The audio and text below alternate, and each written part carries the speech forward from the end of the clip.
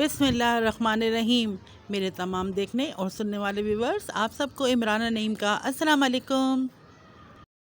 और व्यूवर्स, आज जो मैं आपसे रेसिपीज़ शेयर्स कर रही हूँ, उसको पकाने की ज़रूरत नहीं है। उसे सिर्फ आपने प्रिजर्व करना है, पहले से पेस्ट बना के या उसको ग्राइंड करके खाना पकाने के लिए यूज़ करना है, अपनी रेसिपीज़ के लिए, अपनी डिशेज़ के लिए। इसलिए और हर रेसिपी में एक टिप भी मौजूद है, इसलिए वीडियो को आखिर तक वॉच कीजिए, इसमें आपका ही फ़ायदा है। सबसे पहले मैं आपको दही जमाने का बेहतरीन तरीका बताऊंगी। बहुत से लोग का जो है वो दही जमाते हैं लेकिन सही जमता नहीं है। तो इससे मैंने 1 लीटर दूध लिया है, और चाहे तो आप तेज़ गर्म कर लें, मैं तो वैसे ज़्यादा तेज़ गर्म दूध लेती हूँ। और उसके अंदर फिर दही का 1 टेबल स्पून, जैसे मैंने 1 लीटर दूध लिया है तो 1 टेबल स्पून दही लिया है, और उसको इसमें चाहे तो आप शेक कर लें, चाहे तो ऐसे डाल के उसको बंद कर लें। और एक हरी मिर्च मैंने आपको दिखाया भी, डंडी समेत आपने डालनी है, और फिर उसको आपने ऐसी जगह रखना है जहाँ पर ठंडक ना हो, किचन के अच्छे कॉर्नर पर जहाँ गर्माई हो।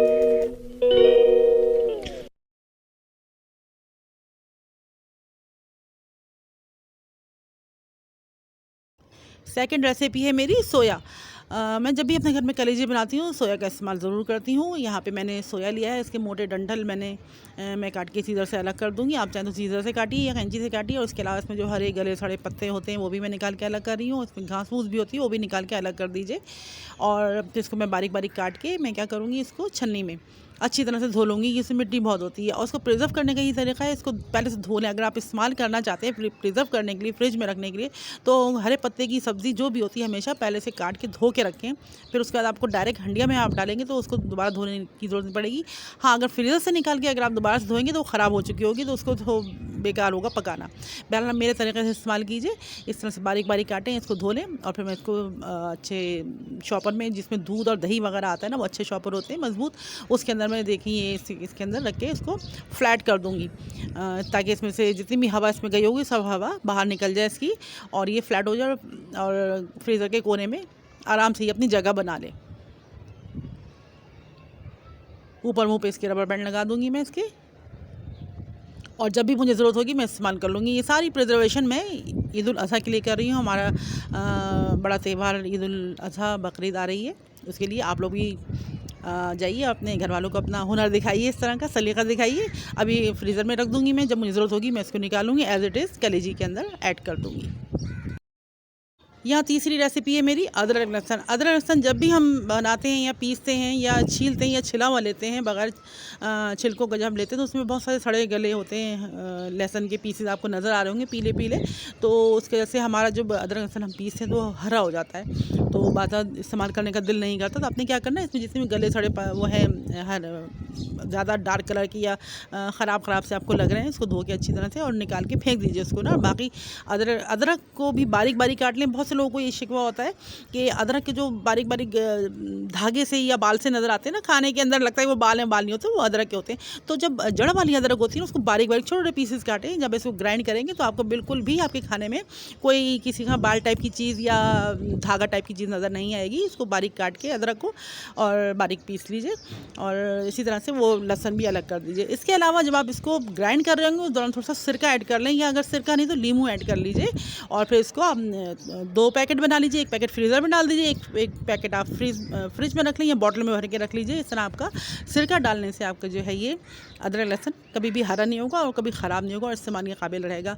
इमरान की टिप ज़रूर इस्तेमाल कीजिएगा, यूज़ कीजिएगा, मुझे बताइएगा, कमेंट्स में बताइएगा। मैंने बार बार कहा, मुझे कमेंट्स पढ़ना अच्छा लगता है। अभी देखिए मैंने शॉपर बना ली है, इसको मैं फ्लैट करके रख दूँगी। फ्लैट करने का मकसद तो ही कि ज़्यादा जगह नहीं घेरते। अगर कोई मोटा सा गुटला सा या गोला सा बना के या आटे के पेड़े की तरह से रख देंगे तो बहुत जगह घेरता है। इसको फ्लैट करके रखेंगे तो ये कभी भी इतनी जगह नहीं घेरेगा, आप बहुत मासूमाना तरीके से कोने में शरीफ तरीके से पड़ा रहेगा।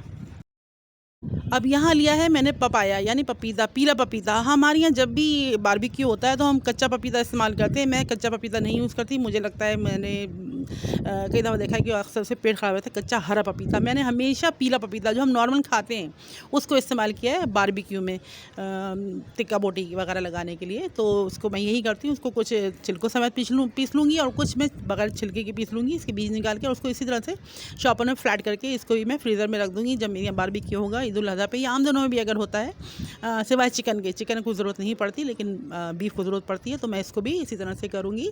और देखिए मैं आपके सामने कैसे ग्राइंड कर रही हूँ इसको बारीक काट के छोटे पीसेस। कुछ खाए भी है मैंने, बहुत मज़े का मीठा है। और ये देखें, और उसको थैली में पोर करने का तरीका है, आप चाय का मग ले लीजिए और उसके अंदर थैली रखिए और फिर इसको उंडेल दीजिए। अभी सारे जितने देखें प्रिजर्व किए हुए थे मैंने, ये कैसा टाइट हो गया है। इसी तरह से ये पपीता भी हो जाएगा। दही मेरा बहुत अच्छा जमा है, अदरक लहसुन बहुत अच्छा जमा है। अब जब भी ज़रूरत होगी आप फ्रीज़र से निकालें और इसको इस्तेमाल करना शुरू कर दें। एन उस समय जब ख़ास तौर पे आपके कोई त्यौहार हो, ईद हो, बकरीद हो, कोई भी इवेंट आ रहा हो, पहले से ही प्रिजर्व कर लें। आप यकीन करें कि आप बहुत अचानक से मेहनत करने से बच जाएंगी। ये चीज़ें निकालेंगी और इस्तेमाल करना शुरू कर देंगी, क्योंकि हमें अक्सर ऐसा होता है, हमारी मेहमानदारी होती है, ख़ासतौर पर हमारे त्योहारों पे, ईद बकरीद तो बहुत ही ज़्यादा होती है।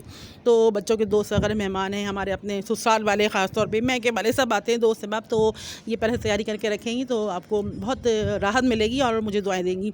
ये देखिए दही मैंने जमाया था। अब इसका जो ये है हरी मिर्ची निकाल के अलग कर दें, फेंके नहीं, किसी हंडे में डाल दीजिएगा। ये वैसे ही खा लेंगे दाल चावल के साथ फ्राई करके। देखें कितना अच्छा दही जमा है, बिल्कुल टुकड़ों में जमा है, बिल्कुल पानी पानी नहीं है। हरी मिर्च डंडी के साथ ज़रूर डालें। मेरी सारी टिप्स आजमाइए और मुझे इसका कमेंट्स दीजिए और दुआ में याद रखिए। बताइएगा ज़रूर इमराना को कि आपको मेरी टिप्स कैसी लगी। अगर आपने इस्तेमाल किए, आपने यूज़ किए, आपने अप्लाई किया है इन सारी टिप्स को, तो ज़रूर बताइएगा मुझे। और इसके अलावा जितनी भी टिप्स आपको बताई हैं, अप्लाई करने के बाद मुझे कमेंट्स में ज़रूर बताइएगा, मुझे अच्छा लगेगा। और दीजिए इमराना को इजाज़त किसी नई टिप के साथ, किसी नई रेसिपी के साथ। बहुत जल्द आपसे मिलने के लिए आऊँगी, आपसे शेयर करने के लिए आऊँगी अपनी रेसिपी सारी। दुआ में याद रखिएगा मुझे भी। अल्लाह हाफिज़।